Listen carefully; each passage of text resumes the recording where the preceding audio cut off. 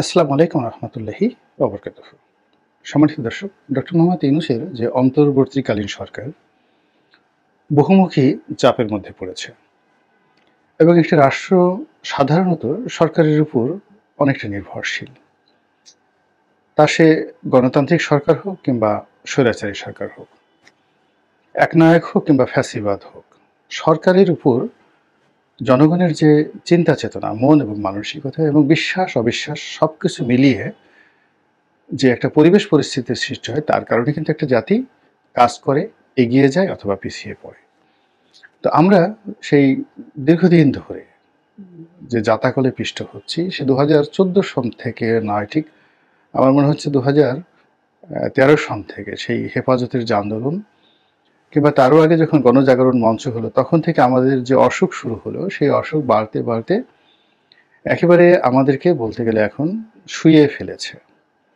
আমরা বিষাদগ্রস্ত হয়ে পড়েছি, তারপর অনেকটা বিকলাঙ্গ হয়ে পড়েছি, মানসিক বিকারগ্রস্ত হয়ে পড়েছি। আমাদের একেবারে টপ টু লো, সর্বোচ্চ পর্যায় থেকে পক্ষে বিপক্ষে যারা সবাই আছি, আমাদের যে কোনো কথা, যে কোনো চিন্তা, যে কোনো চেতনার উপর আমরা ঘণ্টাখানেক অর্থাৎ মাত্র 60 মিনিট আমরা স্থির থাকতে পারছি না। এর মধ্যেই হয়তো আমাদের অস্থিরতা হচ্ছে, অথবা পরিবেশ পরিবর্তন হয়ে যাচ্ছে, অথবা কথাবার্তা যাকে বলা হয় এলোমেলো হয়ে যাচ্ছে। তো এই জিনিসগুলো হয় প্রথমত হতাশা থেকে, দ্বিতীয়ত ভয় থেকে, তৃতীয়ত লোভ থেকে, আরও অনেক কিছু থেকে।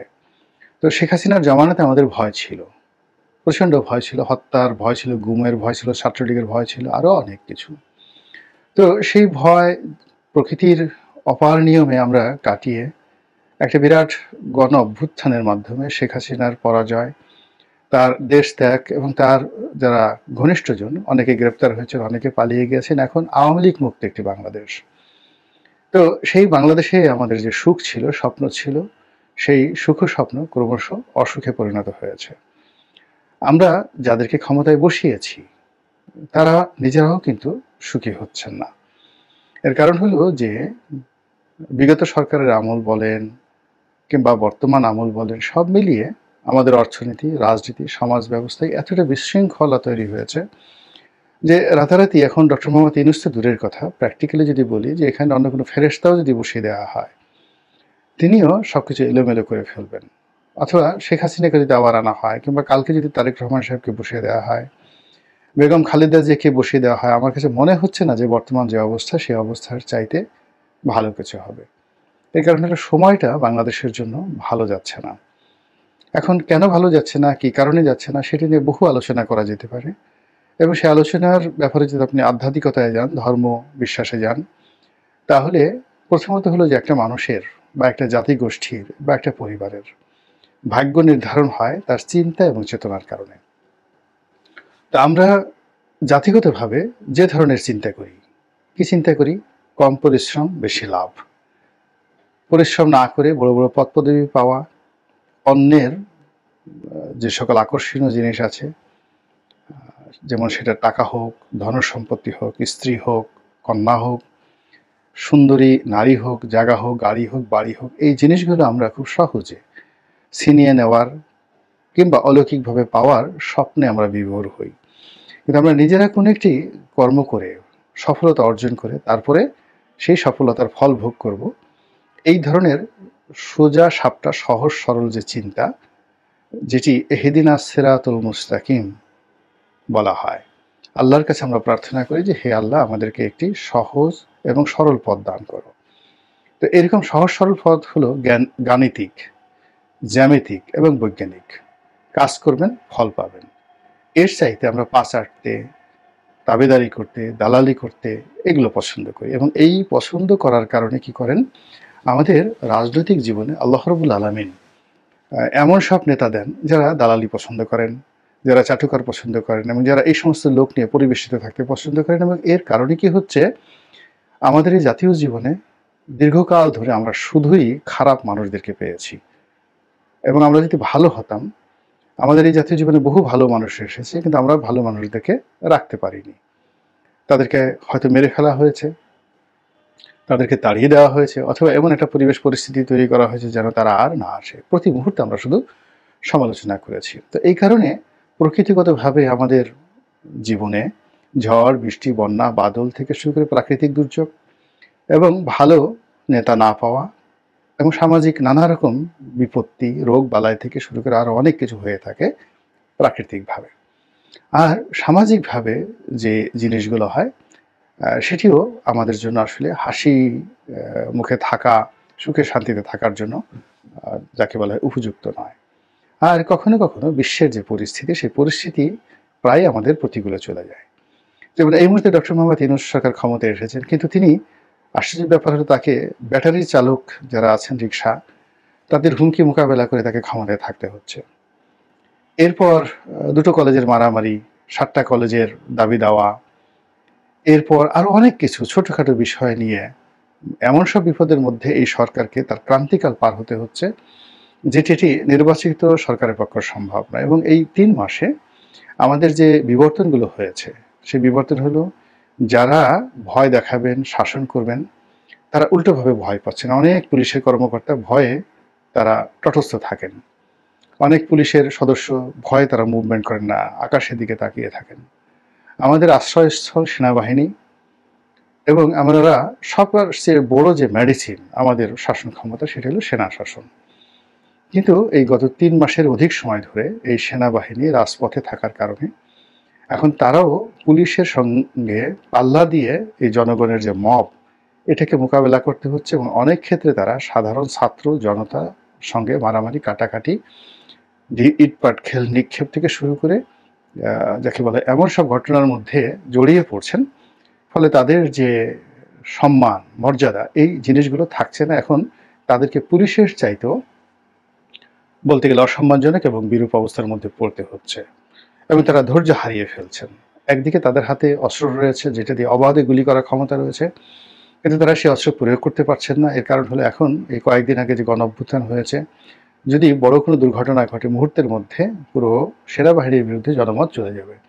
আবার অন্যদিকে তাদেরা এই বিশাল একটা, আপনি চিন্তা করেন, একটা স্টেন গান কিংবা একটা 303 রাইফেল কিংবা একটা চাইনিজ অ্যাসল্ট রাইফেল, যেগুলো আর্মিরা ব্যবহার করে, এর এক একটার ওজন 10 কেজি 12 কেজি। তাদের যে বুট যেটা পরে থাকে, এই একটা বুটের ওজন 3 থেকে 4 কেজি। শরীরের যে পোশাক, বেল্ট থেকে শুরু করে অন্যান্য যে সকল সামরিক সরঞ্জামাদি রয়েছে, তাকে গড়ে 20 থেকে 25 কেজি ওজনের যে ভার বহন করতে হয়। এই ভার নিয়ে আবার যদি একটা বড় একটা লাঠি নিয়ে তাদেরকে খালি হাতে যারা মব করছেন, সংগ্রাম করছেন, তাদের পেছনে দৌড়াতে হয়, তাদেরকে মারতে হয়। It's a dangerous thing. এটা সেনাবাহিনীর পক্ষে সম্ভব নয়।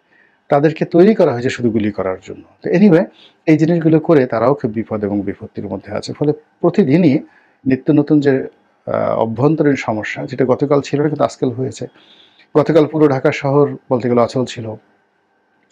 এই কারণে যে ঢাকা কলেজ এবং সিটি কলেজ মারামারি করেছে। তার আগের তারপরে গেল সেটা সন্ধ্যা পর্যন্ত সেটা নিষ্পত্তি হলো।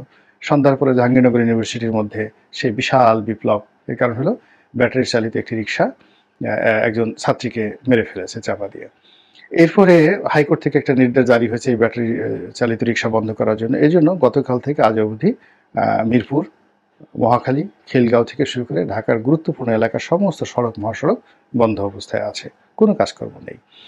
তো এই সকল তাপ চাপ সরকারের উপর পড়ছে। তার সঙ্গে আবার এই শেখ হাসিনা আজ কালকে ঢুকে পড়বেন, পরশুদিন ঢুকে পড়বেন। তারপরে এখানে ওটা করো, ওখানে ওইটা করো, বিভিন্ন রকম টেলিফোনে হুমকি ধামকি, এই জিনিসগুলো মূলত ছড়িয়ে পড়েছে এবং ভাইরাস আকারে ছড়িয়ে পড়েছে। এবং যারা ভয় দেখাচ্ছে তারা টের পেয়ে গেছে যে তাদের কথা কগনিজেন্সে নেওয়া হয়, এবং তারা যে হুমকি ধামকি দেয়, এই হুমকি ধামকি দেওয়ার ফলে তারা কি করছে, প্রতিপক্ষ তাদেরকে ভয় পাচ্ছে। এজন্য তারা আরো বলিষ্ঠ, আরো কৌশলে এবং আরো ইনভেস্ট করেই তাদের যে কর্মগুলো, এই কর্মগুলো তারা ছড়িয়ে দিচ্ছে। তারপরে যেটা হচ্ছে, বাংলাদেশের সাবেক প্রধানমন্ত্রী 3 বারের যাকে বলা হয় 3টি পরপর 3 বার, 2009, 2014, 4 বার পরপর 4 বার তারা ক্ষমতা যে সিংহাসন, সেই ক্ষমতার সিংহাসনে তারা বসেছেন এবং সুদীর্ঘকালে জাতিকে তারা শাসন করেছেন। ফলে তাদের সম্পর্কে অন্য সাধারণ মানুষের যে ভয় এবং আতঙ্ক এখনো কিন্তু কাটেনি, ট্রমা যায়নি। ফলে শেখ হাসিনা আসছে, আওয়ামী লীগ ক্ষমতায় ফিরে পাবে, এটা একদম ডাহা মিথ্যা কথা যদিও হয়। অসম্ভব হয়, অবাস্তব হয়, কিন্তু যারা শেখ হাসিনা দ্বারা ক্ষতিগ্রস্ত হয়েছেন তাদের মনে কিন্তু আতঙ্ক তৈরি হয়। এর সঙ্গে আবার অতি সম্প্রতি শুরু হয়েছে মিস্টার নরেন্দ্র মোদীর চাপ। এর কারণ হলো নরেন্দ্র মোদী শেখ হাসিনাকে আশ্রয় দিয়েছেন, তাকে প্রমোট করছেন, এবং দিল্লির পক্ষ থেকে যে সকল কর্মকাণ্ড চালানো হচ্ছে, যেমন আমাদের ভারতীয় ভিসা একেবারে বন্ধ। ২ নম্বর হলো যে বাংলাদেশের সঙ্গে ভারতের যে কূটনৈতিক সম্পর্ক খুব সীমিত পরিসরে চালানো হচ্ছে, এবং সরকারের ঊর্ধ্বতন যারা কর্মকর্তা রয়েছেন এখনো পর্যন্ত, মানে ভারত সরকারের ঊর্ধ্বতন কর্মকর্তা এখনো পর্যন্ত বাংলাদেশের ব্যাপারে কোনো ইতিবাচক সহযোগিতার হাত বাড়াননি। অধিকাংশ তারা আড়ালে আবডালে যে সকল কর্মকাণ্ড করছেন এবং যে সকল অঙ্গভঙ্গি করছেন, তার রীতিমতো ইউনূস সরকারের উপর ভীষণ রকম একটা শারীরিক এবং মানসিক চাপ তৈরি করেছে। প্রথম দিকে ডক্টর ইউনূস সরকার বিপ্লবীদের মতো কথা বলেছেন, পরবর্তীতে তিনি কূটনীতির ভাষায় কথা বলেছেন, ভারতের সঙ্গে বন্ধুত্ব করার জন্য উন্মুখ হয়ে তিনি বসে আছেন, এবং বিভিন্ন মাধ্যমে ভারতের প্রধানমন্ত্রীর সঙ্গে কথা বলা বা বৈঠক করার জন্য চেষ্টা চালাচ্ছেন, কিন্তু ফলাফল শূন্য। তো এই যখন ২ নম্বর সমস্যা, ২ নম্বর সমস্যার সঙ্গে আবার ৩ নম্বর সমস্যা শুরু হলো ডোনাল্ড ট্রাম্পের বিজয়। ডোনাল্ড ট্রাম্পের সঙ্গে ডক্টর মোহাম্মদ ইউনূসের ব্যক্তিগত সম্পর্ক ভালো নয়, রাজনৈতিক সম্পর্ক ভালো থাকার একেবারেই অসম্ভব। এর কারণ হলো তার যে ক্যারিয়ার, সেই বাংলাদেশে তার গ্রামীণ ব্যাংক, এবং আমেরিকাতেও তার অনেকগুলো ২০টির মতো শহরে তার গ্রামীণ ব্যাংকের কার্যক্রম রয়েছে, এবং এই টোটাল কাজটি তিনি করেছেন বিল ক্লিন্টন পরিবারের সঙ্গে, ডেমোক্র্যাটদের সঙ্গে। তো যারা যাকে বলা হয় রিপাবলিকান এবং ডোনাল্ড ট্রাম্পের অনুসারী, তারা ডক্টর মোহাম্মদ ইউনূসকে প্রথমত পছন্দ করেন না।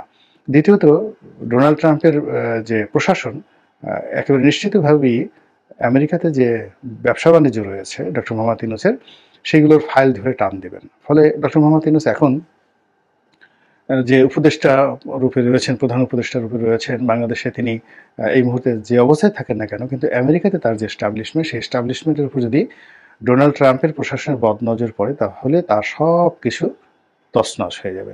ইতিমধ্যে তার যারা বিরোধী পক্ষ, তারা বিভিন্ন রকম নেটে তার মেয়ে যে মনিকা ইউনুস, তার একটা ভিডিও, তিনি মদ্যপ অবস্থায় গাড়ি চালাচ্ছিলেন, এবং তিনি ওই দিন ফ্রাস্ট্রেটেড ছিলেন, এবং তার ব্যক্তিগত জীবনে কিছু ঘটনা, তার বন্ধু তিনি কিভাবে চলেন, তিনি কার সঙ্গে তার যে দাম্পত্য সম্পর্ক, এই বিষয়গুলো নিয়ে খুবই বিব্রতকর কতগুলো ভিডিও সামাজিক মাধ্যমে কে বা কারা ছাড়িয়ে দিয়েছে। তো এই বিষয়গুলোর সঙ্গে সঙ্গে আবার কি হলো, সেই ইতিমধ্যে মিস্টার ডোনাল্ড ট্রাম্প তার সরকারে যাদেরকে নিয়োগ দিয়েছেন, এরা বেশিরভাগই উগ্র হিন্দুত্ববাদীর ধারক বাহক, এবং বিশেষ করে তার যে সকল গোয়েন্দা বাহিনী রয়েছে আমেরিকার, সেই গোয়েন্দা বাহিনীর প্রধান রূপে তিনি এক ভদ্র মহিলাকে নিয়োগ দিয়েছেন, ভারতীয় বংশোদ্ভূত তুলসী। তো সেই ম্যাডাম তুলসী, তার নাম সম্ভবত তুলসী গ্যাবার্ড।